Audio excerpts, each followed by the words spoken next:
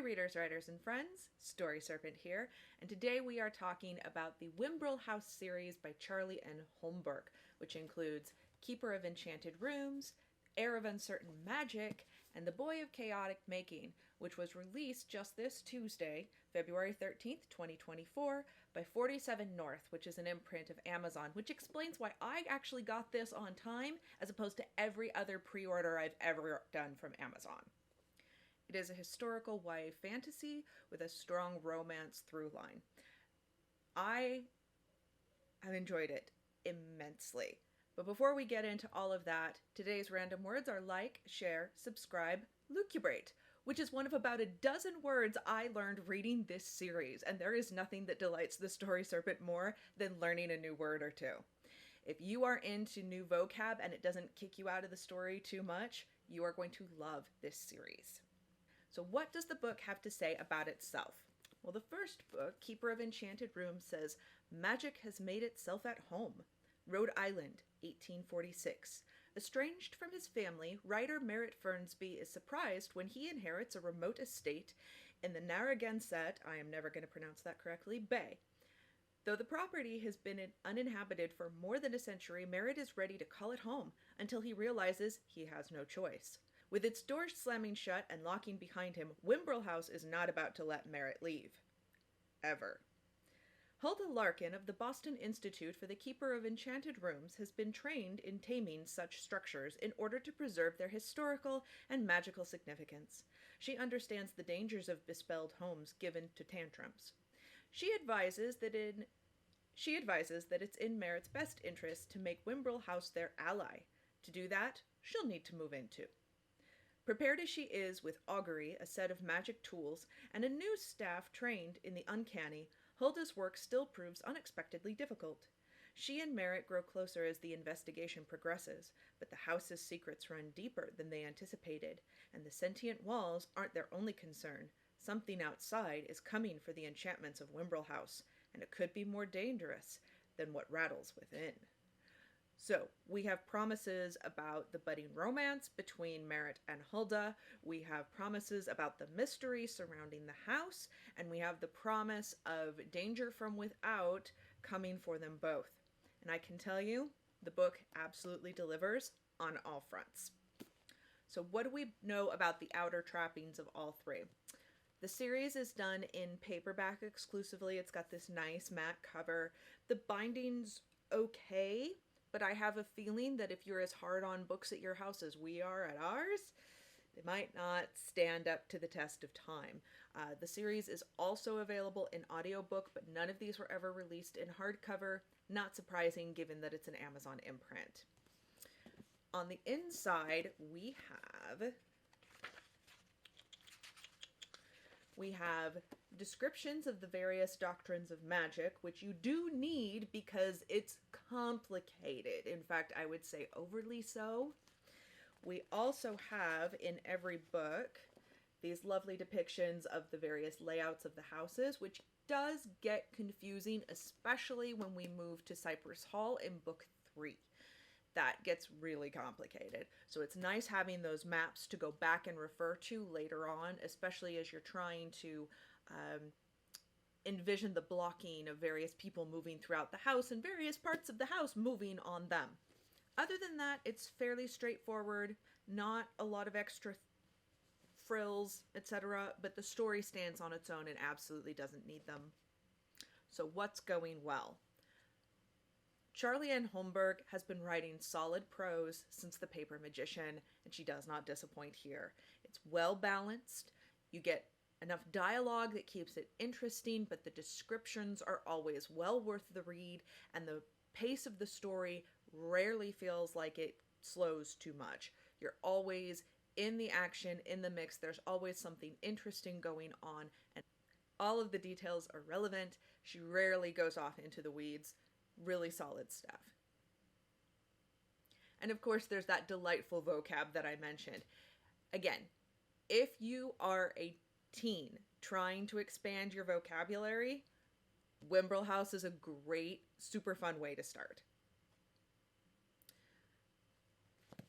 As far as plot and story goes, it's complex without ever being obtuse, and it's at the same time it's very straightforward.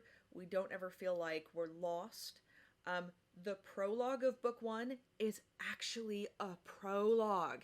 It is a separate scene that happens way in the past so that we understand things that will happen later. And in fact, the voice of the prologue never shows up for the rest of the book. That's why you need a prologue to tell it. For the rest of the story, we're in dual point of view between Hulda and Merritt. So that prologue is necessary to later tellings of the book. So the story structure there is spot on.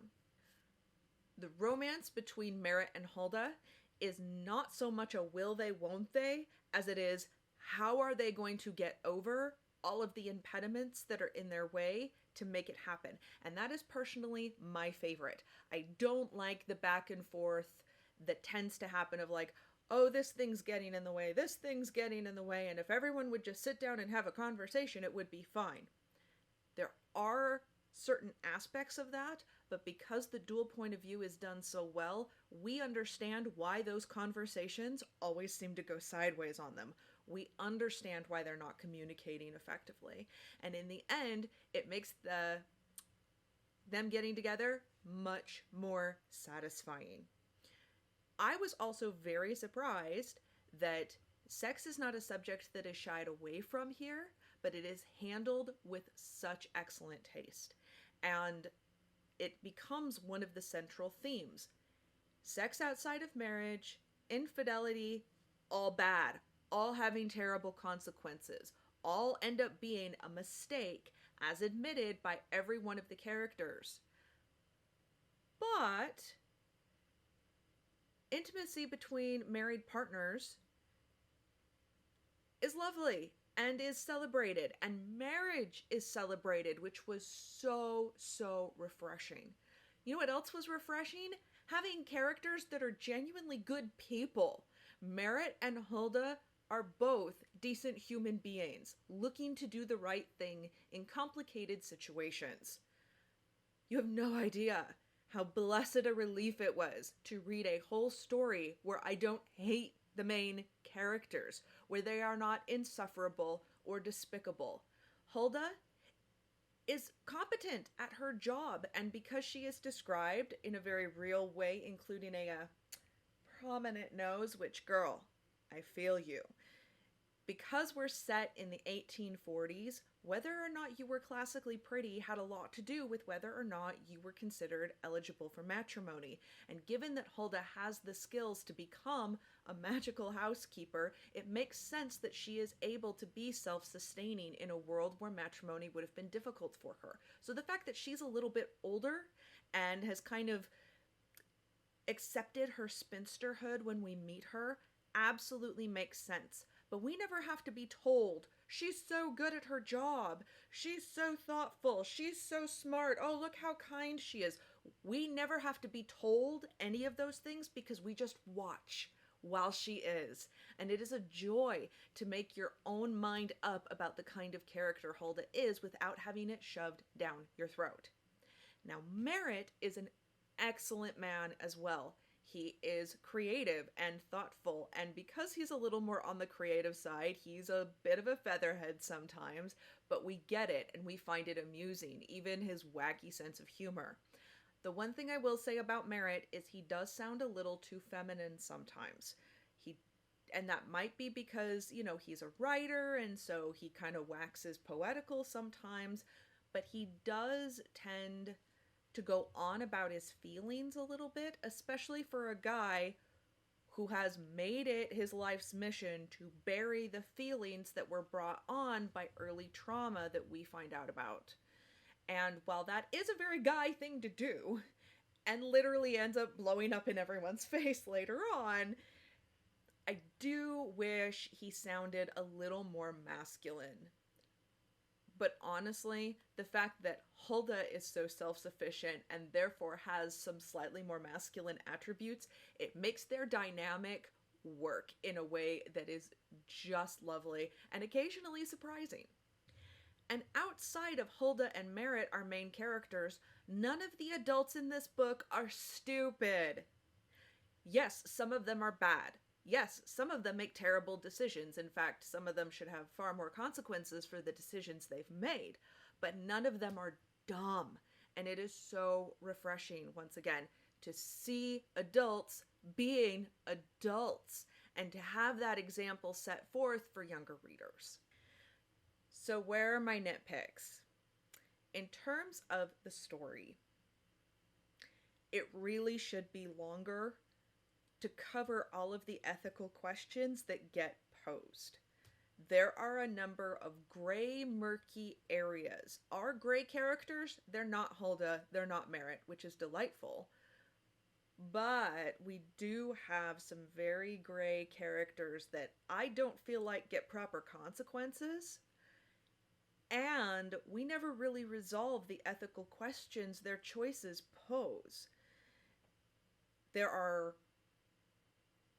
new magical facilities that get brought up, and then nothing is ever resolved with them. I'm hoping that means that Charlie is writing a spin-off series, that she means to dive into this more, but it did kind of leave me going, well, okay, I guess, but what about? And when you have those kinds of feelings at the end of the book, it can feel a little unsatisfying. As far as not enough consequences go, 2 different characters were introduced, Mira and then Cora in the 3rd book. Let me just tell you, there are not enough consequences for the choices made by either of these individuals. Crimes were committed. Jail time should be served. And yet. This brings me to one of the themes throughout the book that I really am having a hard time with, and I'm seeing it pop up in a lot of places, and that is misplaced forgiveness. Forgiveness is important. It allows us to free ourselves of the burden of carrying around poisonous anger and resentment. And we should give forgiveness wherever possible. But that doesn't mean we absolve people of the consequences of their actions, and it certainly doesn't mean we allow people back into our lives when they have proven themselves to be dangerous. I'll try and be as spoiler-free for you as I can, but the fact that Mira continues to play a part in Hulda's life at all, particularly by the end of the 3rd book, I'm flabbergasted. I don't care if she's your best friend. I wouldn't care if she was my best friend. She unleashed a serial killer and almost got multiple people killed, and in fact did get a number of people killed along the way. It's bonkers. And yet she continues to walk free.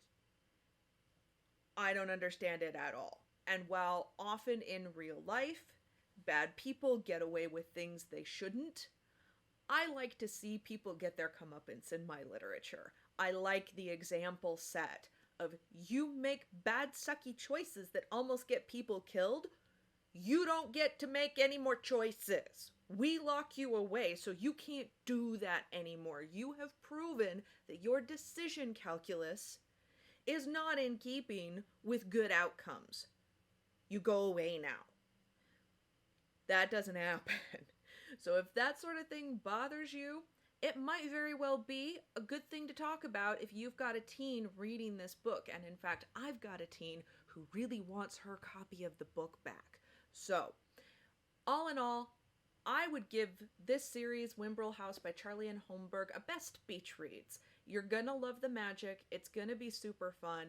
There are some world building inconsistencies in there, but overall, I had a great time with it. I think you will too.